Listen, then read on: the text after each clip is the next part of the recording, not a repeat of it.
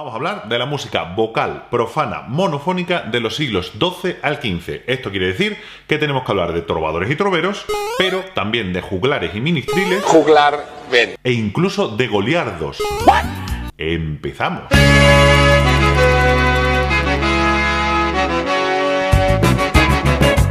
Como siempre, vamos a ponernos en contexto. Toda esta movida surge en esta zona de aquí, Occitania, donde el occitano o Languedoc es el lenguaje utilizado. Languedoc, que además es una región histórica francesa que viene de langue de oc, o lengua del sí. Este occitano comienza a sustituir poco a poco al latín como lengua vernácula. La lengua vernácula podríamos decir que es la lengua nativa del país, en contraposición a la lengua no vernácula, en este caso impuesta, que era el latín, que venía precisamente por imposición de los romanos. Que César se ha perdido Roma. Y además en este contexto tenemos que tener en cuenta a los cátaros.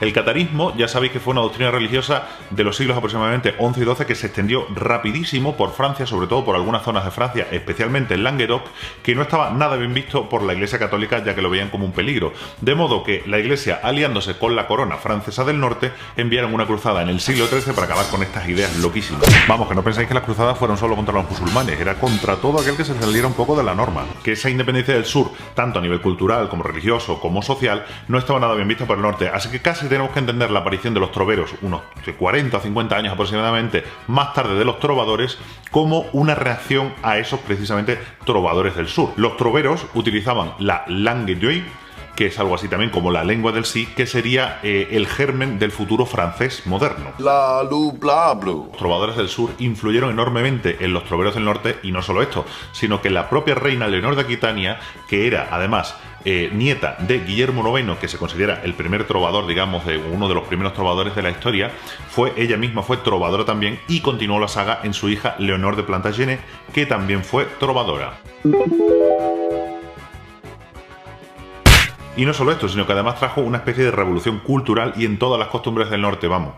Feminismo puro en pleno siglo XII, el de Leonor de Aquitania. De todo esto hablamos bastante en el vídeo sobre la primera compositora de la historia. Por si os interesa os dejo por aquí el enlace. Aunque esto de traerse a los trovadores del sur, digamos que tiene un poco truco, porque Leonor de Aquitania al fin y al cabo era de Poitiers y su lengua natal, por así decirlo, era el occitano, con lo cual la cabra al final siempre tira al monte. Por supuesto, todo esto se extendió rápidamente por Europa, llegó a España, sobre todo en la zona de Cataluña y Valencia, aunque se seguía escribiendo igualmente en occitano, también el norte de Italia y en Alemania, donde tienen su propia versión y además en lengua vernácula alemana con los Minnesinger y Meistersinger. Y es más o menos en este contexto donde surgen trovadores y troveros. Y por supuesto trovadoras y troveras. Game over, machirulos. Que eran poetas y músicos que escribían sus obras especialmente en un contexto cortesano. Y es precisamente este ambiente lo que les suponía un problema, porque en el ambiente cortesano la poesía y escribir estaba muy bien visto, pero tocar y cantar ya no estaba tan bien visto. Lo que hacían era recurrir a los juglares, que tenían una condición social un poco más baja y podían, digamos, a través de ellos exponer todas sus poesías, sus canciones, sin, digamos, ser juzgados dentro de la corte. Pero vamos, que hubo trovadores que esto se la bufaba completamente y tocaban y cantaban sus canciones porque al final eran los capos. Lo normal en el mundo trovadoresco es que ya empecemos a conservar música escrita y no tanto en el caso de los juglares, en el que la transmisión normalmente era oral. Pero en cualquier caso, en este momento, a partir de este momento, ya podemos empezar a hablar de las primeras autorías, tanto masculinas como femeninas, de piezas profanas. Y ojo que todo esto de los trovadores no es una cosa del pasado. Hoy día tenemos una cosa muy parecida, que son los cantautores, lo que pasa que es cierto que en un contexto social un poco diferente. Papá, cuéntame otra vez todo lo que os divertisteis. ¿Y qué música hacía esta gente? Pues vaya, hacían canciones a una voz, monódicas, que normalmente iban acompañadas de un instrumento, que podría ser un laúd, un oud o una moresca, por ejemplo, y generalmente cantaban al heroísmo, a la naturaleza, al amor, satíricas también, había canciones piadosas, etcétera.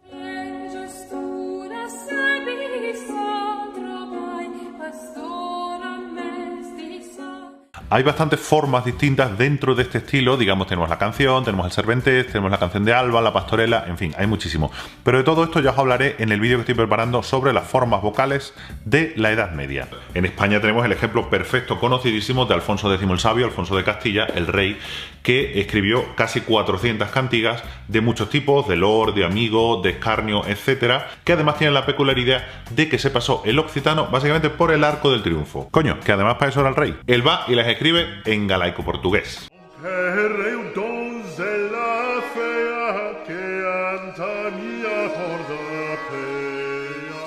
What passion in the music. Y además hay una cosa muy buena, es que los manuscritos de estas cantigas conservan muchísimas láminas con dibujos de instrumentos, con lo cual nos podemos hacer una idea bastante aproximada de cómo se interpretaba esta música en la época. Es cierto que en el entorno musicológico existe una cierta duda de si todas las cantigas pertenecen o no a Alfonso X el Sabio, pero bueno, es una discusión esa en la que no me voy a meter.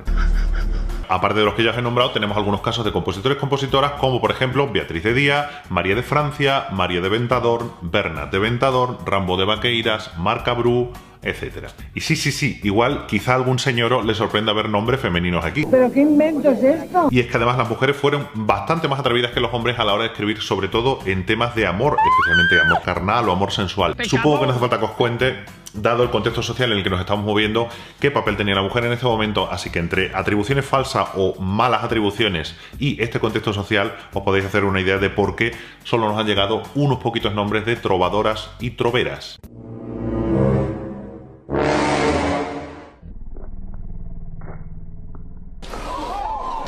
Fatality. En cambio, si queremos hablar del origen de los juglares, esto ya es un poco más complicado porque su origen se pierde un poco en la noche de los tiempos, esta figura de la persona que tocaba, cantaba y hacía cosas varias en la plaza del pueblo para ganarse unas monedas. Soy Alan Dale, un juglar. Los juglares estuvieron presentes en toda Europa y de hecho en el norte tenemos esa otra denominación que es el bardo, que puede ser una figura similar. El origen podría ser en torno al siglo VI aproximadamente, o sea, son muy anteriores a trovadores y troveros, aunque el término juglar como tal se cree que aparece por primera vez en 1116. Y su figura es muy importante porque son los encargados de transmitir la música profana y popular al margen de la música religiosa, que por supuesto fue prácticamente la que dominó toda la Edad Media. Vamos, que podríamos decir casi que era como el pop. Pero sin micro, bueno, y sin estilistas, sin luces, sin marketing, sin redes sociales. Pero vamos, que a la Katy Perry la suelta sin micro en la plaza de Almagro, por ejemplo, a cantar y a pelo y triunfa seguro.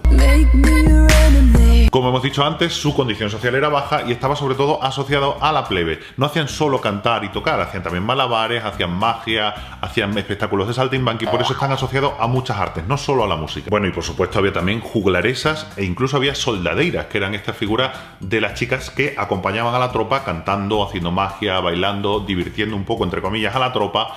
Pero que no solo esto, hay figuras fascinantes, como el caso, por ejemplo, de María la Valteira, que llegó a ser incluso espía para Alfonso X el Sabio. Entre algunos nombres de juglares que conocemos tenemos, por ejemplo, el de Jean Baudel, el de Gautier de Douai o el de Grindor de Brie. Ah, bueno, me joda, este nombre lo cuelas en una película del Señor de los Anillos o de Harry Potter y no se da cuenta nadie. Albus Percival Wulfric Brian Dumbledore. Aproximadamente entre los siglos XII y XIII se empieza a, digamos, separar esta línea del juglar entre juglar y ministril. El juglar más asociado a cantar y el ministril a tocar. Esto luego al final va a ir evolucionando y el ministril va a ser más asociado, digamos, al músico de corte asalariado y el juglar, digamos, a ese músico, digamos, callejero popular. Aunque hoy día los ministriles prácticamente los asociamos a las capillas, a los instrumentistas de viento de las capillas del siglo XVI en el Renacimiento.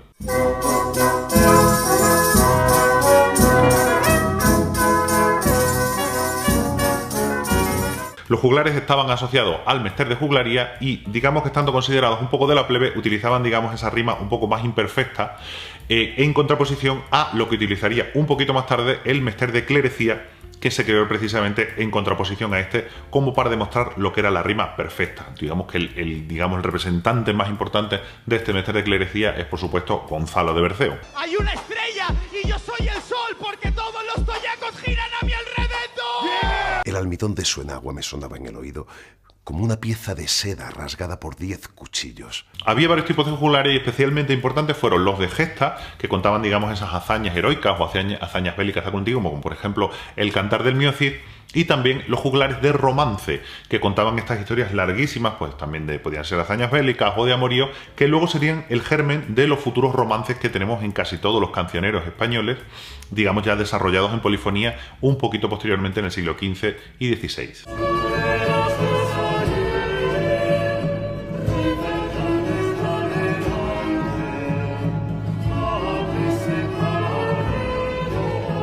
Y por último, pero no menos importante, tenemos a los goliardos.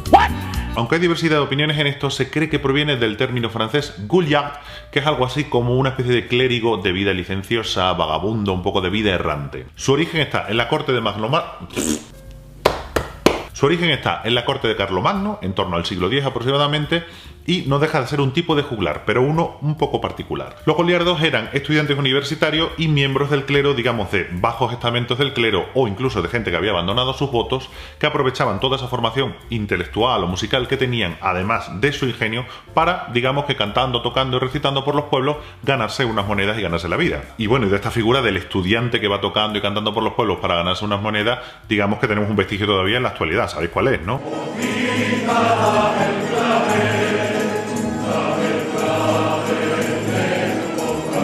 Por supuesto, la tuna. Digamos que era gente de condición social baja, con una vida un poco vagabunda, y la peculiaridad de su estilo radica sobre todo en las temáticas que son mucho más mundanas, en contraposición, por ejemplo, al amor cortés que utilizaban los trovadores y troveros.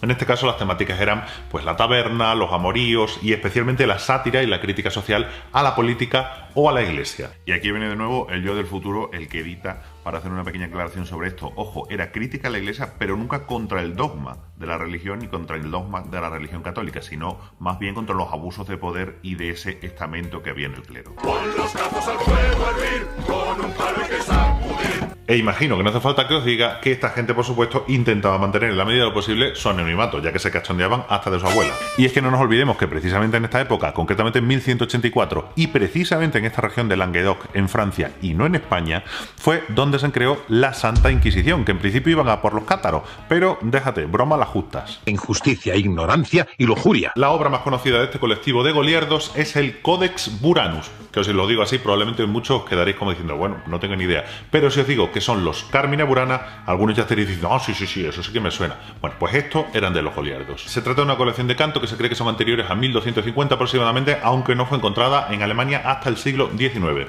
Tenemos textos en latín, en alemán y en francés, y esto lo que nos da sobre todo es una muestra de lo extensa, digamos, que fueron las redes precisamente de estos goliardos. Conserva toda esta idea satírica de los textos satíricos y demás, y es posible que por todo esto y el exotismo, Karl Orff eligiera estas piezas, digamos, estos poemas, en 1937 para escribir su famosísimo, archifamosísimo Carmina Burana.